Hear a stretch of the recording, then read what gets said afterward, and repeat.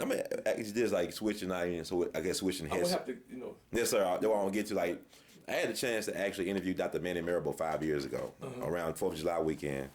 And the book wasn't out yet, but I just want to get your thoughts about have you read the book? Yes, I read it.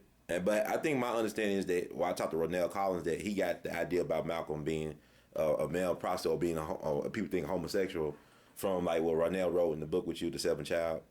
Yeah. So what are your thoughts about the book and Dr. Manning Marable? I think that Marable's book was written for the express purpose of enhancing his prestige in the white academic world. I think that was the purpose of that book, and so he wrote it with that in mind. Part about the homosexual bit, he did not get that from. No, there's nothing in that book that said that that Brother Malcolm was involved in any kind of homosexual activity.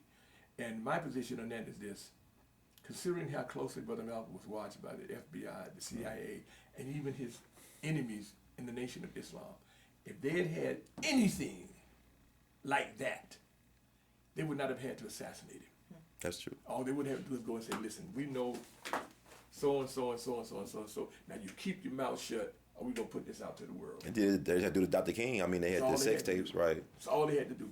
So that's why I say, you know, for you to print something like that, which is pure speculation, to me, is for a book of quote unquote scholarship. But I'm saying, but it's interesting though. But like he said, this is a new book. I was kind of disappointed. Like, you know, you spend like half of your life was so many years, you know, being this. If you read Zach Condon, especially around the assassination stuff, right? If you read Zach Condon's book that came out in I think 1993, or you read Carl Evans. I read his book, The Judas Factor, right? It's not very much new. And Bruce Perry. I mean, like, yeah. It's new to those people who had not read those books. Oh, now they've read Bruce Perry. Bruce Perry's book is like that's another one of those books by some person trying to enhance their academic credentials. Right. And that stuff in Marable was only new to those people who have not read Zach's book or Carl's book, or who have not followed stuff on Brother Malcolm. But he had the resources like Columbia University and all these powerful white institutions. It may have been new, but that's because they think that Zach was a professor at Bowie State University. Bowie State? Can't nobody from Bowie State University write nothing. You know, this is the attitude of these guys at these black guys at these Ivy League institutions. So since it didn't come, it's immature. Carl Evans, he just worked at the Washington Post. You know, he didn't. But he didn't have no resources he ain't got no credentials. Right, exactly. But the research that Zach did, and Zach's book to me is the definitive book on the assassination of Malcolm. Zach Condon. Zach Condon's book, Conspiracies, Unraveling the Assassination. He named the 5 guys back in 1993. But what even about, like, people don't even remember Louis Lomax? Yes. I mean, he actually, my understanding, he might have got killed because he uncovered the truth as early as the late 60s about the assassination with King and Malcolm. This is what I'm saying, man. This is like, what's his name's book is only new to those people who have not read those two, or who've not kept up with things. But this book was written for the express purpose of enhancing. The best way to get a book written in this country today, if you're black, is to be either one of those How I Grew Up in the Ghetto, Survive type books, or a book where you're attacking some black person or some black entity or institution. That's the quickest way to get a book published in America today. I know that in my book that I'm working on, my memoir, I'll never get one of the quote-unquote major publishers to publish my book. But you'll get it out there. It's going to be published. Right. But they're not going to publish it. By any means necessary. Right? Now, I was going to say, man, I was there, I worked with Brother Malcolm, and I got all this dirt. And I could probably get a publisher overnight. But the fact nobody ever came out that worked with Malcolm like that, with a book like that, shows the level of integrity and respect and honor he had. Only 2 people have written books, and they wrote them on a very kind of private level. Mine is only the 3rd of somebody who was actually there.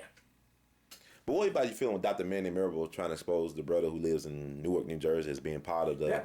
Zach had already done that. Right, years ago, right? Almost 20 years ago. So that's fact. I mean, he died. He can't say his side of the story. He named the 5 guys. Zach did in Conspiracies Unraveling the Assassination of Malcolm X. That was the first time I ever, because he confirmed something that I had always thought, which is that Johnson and Butler were jailed innocently.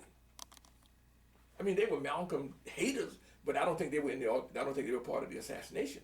Yeah, I they know. spent 20-some years in jail for something they didn't do. Hair, I thought, was definitely a part of it. In fact, I believe, and I will believe until I die, that if hair had gotten away that day, it had not been plunked in the leg with a shot by one of our people, so it slowed him down and he got caught. If he had gotten away, there never would have been a trial. They would have been saying, well, we're investigating. The only reason, that was one part of the plan, the overall plan for that day that failed, Hare getting caught. If Hare had gotten away, I would believe forever that never would have been a trial. That could have been a But public relations disaster. once he got caught, then they had to come with, so they ran down and picked up these two Muslim dudes and say, and then the three of them, everybody who was witnesses said there were 5 people involved. 2 people started the disturbance, right? And 3 did the shooting. So then why y'all just picked up 3 people and say that's it? That's a good question. I mean, they let you know that I know I talked to Roland Shepard too a couple of times. Are you familiar with Roland Shepard? I know the name. Yeah, he said he was there that day. He was I guess he was selling newspapers for the socialists, and but he said that he actually what he said he tried to go to the nearest precinct and tell him like what he saw, and then he saw the same guy that came down to Al with the shotgun coming in out the precinct smoking a cigarette. And then a police officer said, "Hey, what did you see?" He said, "I can't remember shit. They all look alike." So he gotta go. But do you feel like yes sir? But you feel like the government was involved? Definitely. Was how much a part did the Nation of Islam play in your perspective? They were the instruments. But they were the masterminds. And I'm not gonna say the nation. I'm gonna say there was elements in the leadership of the nation. Okay. Who were willing collaborators with the FBI and the government. Oh wow. Okay. Willing collaborators. Yes sir. Mr. Bailey, thank you so much for spending time with us. This is awesome. And I appreciate it. I wish you well on Malcolm Martin and Medgar. It says June 23rd, National Black Theater Festival. At the part of the DC Black Theater Festival. It's on the internet if someone wants to look it up. But it's going to be at 5 p.m. at the Sitar Theater here in Washington on June 23rd at 5 p.m., which is a Saturday afternoon. I look forward to the full production as well, too. I'm going to keep myself in the loop with you. Okay. Like the words Duke Ellington, we love you madly. So take care of yourself and keep on doing what you're doing. Okay, thank you very much. Thank you. And keep down.